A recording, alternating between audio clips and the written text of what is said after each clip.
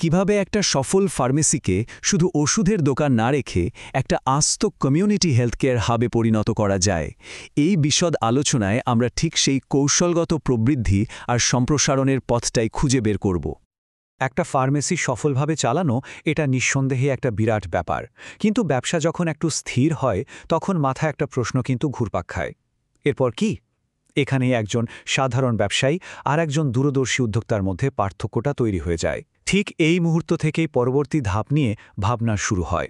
লক্ষ্যটা শুধু ওষুধ বিক্রি করার মধ্যেই আটকে থাকা নয়, আসল লক্ষ্য হল ব্যবসাকে এমন একটা জায়গায় নিয়ে যাওয়া যেখানে ফার্মেসিটা হয়ে উঠবে এলাকার স্বাস্থ্যসেবা ব্যবস্থার একটা কেন্দ্রবিন্দু, মানুষের ভরসার জায়গা।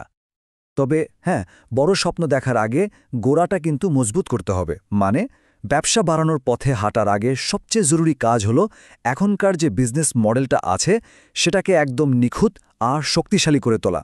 কারণটা খুব সহজ, একটা নরবরে ভিত্তির ওপর তো আর তাজমহল গড়া যায় না, তাই না? দেখুন, কথাটা খুব সহজ। একটা খুঁতওয়ালা ব্যবসাকে যদি বড় করতে যাওয়া হয় তাহলে এর সমস্যাগুলোও কিন্তু পাল্লা দিয়ে বাড়বে। তাই ব্যবসা ছড়ানোর আগে এই 4টা পিলার একদম পাকা করে নিতেই হবে। যেমন ধরুন, ধারাবাহিক লাভ না থাকলে নতুন বিনিয়োগ আসবে কোথা থেকে? আবার কার্যকর ম্যানেজমেন্ট না থাকলে নতুন শাখা সামলানো তো প্রায় অসম্ভব। আর প্রশিক্ষিত কর্মী এবং বিশ্বস্ত গ্রাহক, এরাই তো যে কোনো ব্যবসার মূল শক্তি। আচ্ছা, ভিত্তি তো মজবুত হলো। এবার প্রবৃদ্ধির প্রথম আর সবচেয়ে সোজা ধাপটা হলো হাতে যা আছে সেটাকেই কাজে লাগানো। মানে ফার্মেসির বর্তমান লোকেশন আর প্রতিদিন যে কাস্টমাররা আসছেন তাদের ওপর ভর করেই ব্যবসার পরিধি বাড়ানো। এখানে মজার ব্যাপার হলো প্রত্যেকটা পদক্ষেপের কিন্তু ডাবল সুবিধা আছে। ধরুন, হেলথ প্রোডাক্টের কালেকশন বাড়ানো হলো, এতে কি হলো?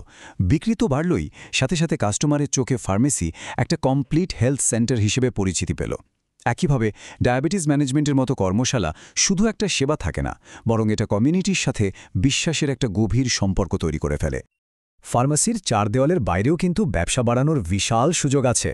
চলুন এবার এমন একটা ইন্টারেস্টিং মডেল নিয়ে ভাবা যাক, যেটা আইন মেনেই একটা ফার্মেসিকে পুরো এলাকার হেলথ কেয়ার নেটওয়ার্কের মূলে নিয়ে আসতে পারে। এই হেলথ হাব মডেলটার আসল শক্তি হল পার্টনারশিপ।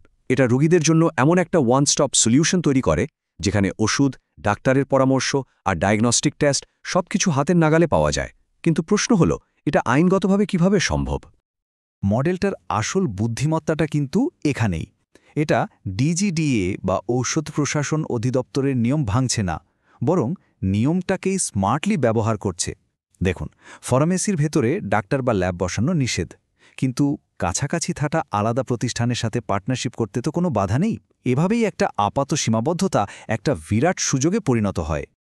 আর এই মডেলটা যে শুধু কথার কথা নয়, তার সবচেয়ে বড় প্রমাণ হলো আরোগ্যের মতো সফল স্টার্টআপ। তারা যে বাসা থেকে ল্যাবের স্যাম্পল কালেকশন করছে, এটা কি প্রমাণ করে? এটাই যে এই ধরনের সমন্বিত সুবিধার জন্য বাজারে বিরাট একটা চাহিদা আছে এবং এটা বাংলাদেশে সম্ভব। লোকাল লেভেলে ভিত্তিটা তো শক্ত হলো, এবার সময় হয়েছে ব্যবসার ভৌগোলিক সীমাবদ্ধতা কাটানোর। আর এখানেই ফিজিক্যাল স্টোরের সাথে ডিজিটাল প্ল্যাটফর্মের মেলবন্ধন, মানে ক্লিকস অ্যান্ড মর্টার মডেলটা ব্যবসার গ্রোথকে একটা অন্য লেভেলে নিয়ে যাবে। একটু ভেবে দেখুন, ফিজিক্যাল স্টোর দিচ্ছে কমিউনিটির বিশ্বাস, আর ডিজিটাল প্ল্যাটফর্ম দিচ্ছে 24 ঘন্টা বিক্রির সুযোগ আর দেশের যে কোনো প্রান্তে পৌঁছানোর ক্ষমতা। একটা আরেকটার দুর্বলতাকে এমনভাবে ঢেকে দেয় যে দুটো মিলে একটা অসম্ভব শক্তিশালী হাইব্রিড মডেল তৈরি হয়। ডিজিটাল জগতে ঢোকাটা কিন্তু ধাপে ধাপে হতে পারে। একদম সিম্পল, হোয়াটসঅ্যাপে অর্ডার নেওয়া দিয়ে শুরু করলেন, তারপর একটা কমার্স সাইট, এরপর মোবাইল অ্যাপ, এভাবে এগোতে থাকবে। আর সবচেয়ে বড় খবর হলো 2023 সালের যে নতুন ওষুধ ও কসমেটিক্স আইন এসছে, সেটা কিন্তু এই ডিজিটাল যাত্রার জন্য একটা পরিষ্কার আইনি কাঠামো তৈরি করে দিয়েছে। এটা উদ্যোক্তাদের জন্য একটা বিরাট স্বস্তির ব্যাপার। এতক্ষণ আমরা যে প্রবৃদ্ধির কথা বললাম, এবার তার সর্বোচ্চ চূড়াটা নিয়ে আলোচনা করা যাক। বাংলাদেশে একটা আধুনিক টেক বেসড ফার্মেসি ব্যবসার ভবিষ্যৎ ঠিক কোন দিকে যাচ্ছে, সেই হেলথ সুপার অ্যাপ ভিশনটা চলুন দেখে নিই। একটা হেলথ সুপার অ্যাপ মানে কি? মানে হলো একটাই ডিজিটাল প্ল্যাটফর্ম যেখান থেকে একজন রোগী ওষুধ ডেলিভারি থেকে শুরু করে ল্যাব টেস্ট বুকিং, ডাক্তারের অনলাইন পরামর্শ সবকিছু এক জায়গা থেকেই পেয়ে যাচ্ছেন।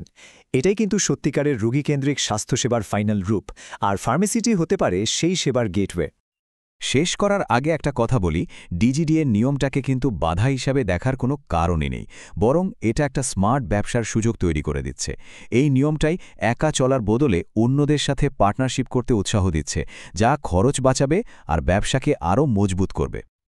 তাই সবশেষে প্রশ্নটা একটাই, লক্ষ্যটা কি শুধু একটা ফার্মেসি তৈরি করা, নাকি একটা সম্পূর্ণ স্বাস্থ্যসেবা ইকোসিস্টেম গড়ে তোলা? এই প্রশ্নের উত্তরের মধ্যেই কিন্তু লুকিয়ে আছে ব্যবসার ভবিষ্যৎ।